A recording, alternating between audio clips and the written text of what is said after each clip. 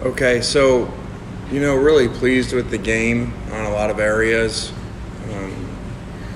In a challenge of, not a SEC opponent, to come in and play really well and then to be up half at a lot and not come out flat in the third quarter, which felt like we did the week before. And a lot of guys got to play at the end. Guys that usually don't get to play that practice really hard here. So that was all good. So very pleased with a lot of that. Pleased with, a lot of the new players. We're in week one. There was some ups and downs with those guys. I mean, I said today, if you think about it, outside of Luke's short run, every touchdown run, every touchdown pass, every touchdown reception, every return for a touchdown, and every kick was made by a portal player from this offseason. So that's a lot of guys doing right for 59 points. So good place to transfer to. Question. Lane, what can you tell us about Luke Altmaier's injury status? Anything learned on that since Saturday? Yeah, he was out there today. I think he'll be all right. And so we're just going to push forward the way that we've been going. And we're 2-0. And so, we'll figure out who goes first, at some point later in the week, probably. Question. You talked about the advantages last week of Luke having that full week to prepare, kind of going back to the model where you don't know. Does that make it tougher on the guys, or are they kind of used to it at this point, dealing with the imbalance? I don't know. Just is what it is, and maybe they're used to it. And so, both guys did some good things. Both guys got some things to improve on. So, we're just going to keep pushing along. From a scheduling standpoint, are you glad at this point that you're playing another Power 5 team and going on the road, doing something different? Maybe learn more about where your team is or isn't at this point? Yeah, as long as we win, then that's all good. But no, this is a different set of obstacles. Really talented team that played great early in week one versus Clemson, and played on 5 days rest the other night, and probably self-admitted would say they started a little slow, which it usually happens after a big game like that. So, and on the road, and again, I've said all along, this transfer thing, there's good and bad. Everything's new. So now I got to go on the road with all these guys that have never been on the road with us, and the challenges that come with that. So it'll be a very big test for us. What's good right now and what needs work? I mean, defensively, for the most part, we've played really well. We got to play better technique on defense, tackle better, and we're going to get tested a lot more as this week comes and continuing on. So offensively, I think we're big little. I think we make, which is probably what you would have guessed would happen with all these new players on offense and different quarterbacks. We're kind of big little. We'll make really good plays, but then we won't do the little things. And so there's a lot of inconsistency there. You can see the numbers on third and fourth down, 33% I think for the game, shows you that. And we played really bad on special teams the first week, and was really cool because our guys accepted the challenge and played lights out on special teams for the most part Saturday. Lane, what did the film show you that maybe wasn't recognizable live between the two quarterbacks, and what they did good and what each one of them did bad? I think that, as you really analyze things, there's some things where, they could have done better read-wise, and then you always analyze, or I do, as a coach, what could we have done better? And a few of the things were, maybe in 2 minutes that we hadn't had a lot of reps at. They hadn't seen all the different looks that happen. And when you're a young quarterback, you don't have any storage space, of years playing before of things happening. So, but I think, one of the things you don't notice, because they do manage the game as far as, like, for us, we're different than a lot of teams, where you just huddle and say a play. Like, you got to have tempo. You got to memorize things from the signals to give to the line, that aren't in the signals. So there's people think it's really easy to play in up-tempo systems, and some probably are, where you signal everybody what to do. We've done that before, but we don't do that nowadays. So there is a lot on the quarterback, and they've done well with that. What has Jane Williams been able to do this fall to kind of elevate himself to become where he is now? He just had a great camp, and got hurt in that first game, and so hasn't played, probably as well as he would have otherwise. So he's been a little bit up and down through 2 games since that injury.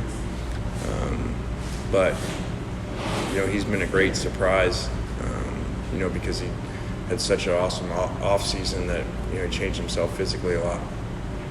And I think that speaks to how we run our program. You guys have been here, it doesn't matter how old you are, where you're from, if you transferred, if you didn't, how many stars, whatever. We look to find the best players that help us win over the course of the season, even if that means, you may struggle a little early playing a young guy. It's the best thing for the entire season. On the flip side, well, how have you seen these first 2 games? And I know that high on, he was doing on camp, but what have you seen now? Yeah, unique player. No disrespect, we really haven't had a D tackle since we've been here that's explosive like this. That looks like what you always have to prepare against, in the SEC. That usually, there's a number of these guys around in the conference. So, he got dinged up, or we would have kept playing him in a different game in the second half. But just talking to him, he was good to go, but not great. So I just held him in the second half. But he's doing a great job, and he's a really cool kid to be around. What's kind of just your confidence level going into this first road test? It's set a challenge, so it doesn't really matter what my confidence is. We just got to keep coaching and build it in them, and get them to play really well and handle everything from, a new surface that they're used to now versus what they're used to playing on, to being on the road. And again, all this team knows with all these new guys is one thing, and that's here. So it'll all be new. Lane, the linebackers, question mark coming out of camp, I think, or have somebody to be MVP so far after 2 games. Yeah, they really have. All the attention with you guys probably was mostly on the quarterback, and what was going to happen with those guys, and how were they going to play. And to me, it was that on offense, but this on defense. Because we basically play with 2 linebackers only now.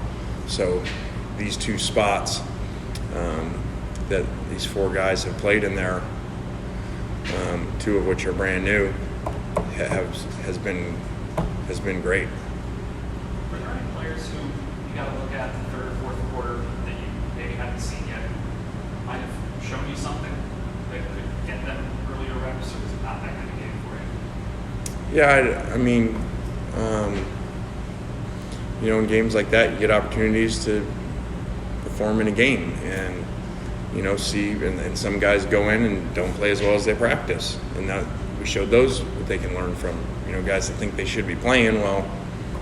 Like we say around here, we got guys you think you should play 60 plays. Well, if you can't do 4 right when you play for 4, how are we supposed to put you in for 60? So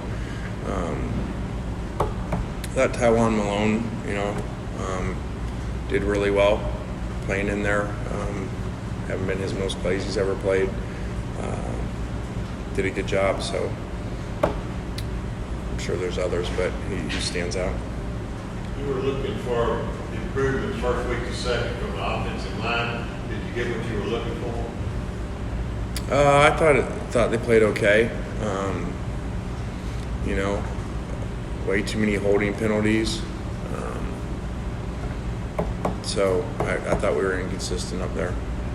Lane, you get a lot of questions about the defense and how well they're playing. What have you seen from Chris Barger, who's the guy that's kind of shifting the gears on this, moving into the role of coordinator? Yeah, Chris has done a great job. Obviously first time coordinating, and you're in the SEC. That's a big challenge, and it was good he was here, so he was involved so much in the game planning with Durkin, and they did a great job last year. So he's done a really good job. The players play really hard for him. And we've done a good job at looking at different things and fitting different pieces because, we do have some things that we've had to do a little outside the box, like the linebackers, for instance, and moving positions. You mentioned it a little earlier, but besides just the first away game for all these guys, what the challenges of just the whole road trip that you guys have done, what are those kind of challenges? Just Well, it's just really travel and focusing on, what we need to focus on and not get out of whack because you're in a different stadium, and this game's on ABC or whatever, and, just these guys understand it and none of that matters.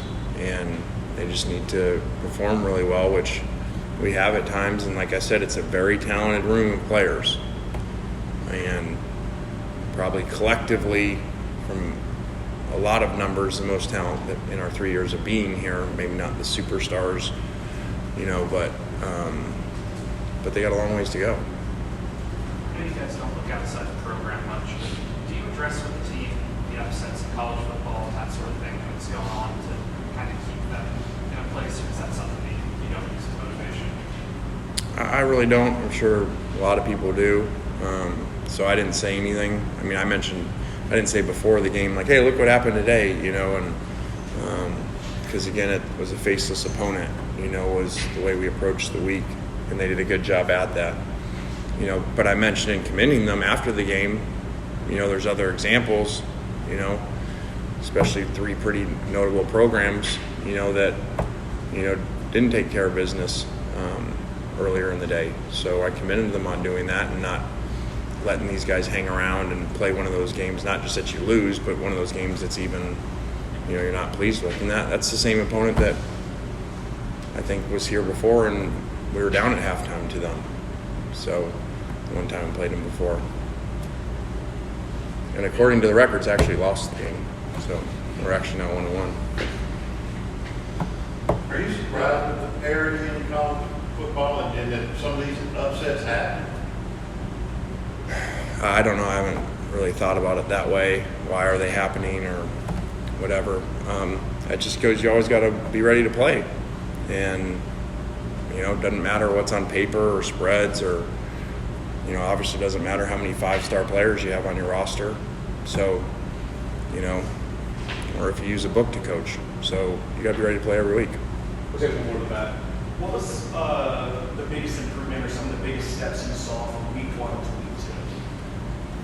2? I thought special teams played with a lot better effort and execution. I thought our effort was really good in the second half, which it was not the week before. So it's good. You guys hear us talk about obstacles away. As bad as we didn't like how we played in the second half of week 1, it became something to coach off of, and they used that and they practiced really hard and they showed it in the game. All right, thanks. All right, thanks, guys.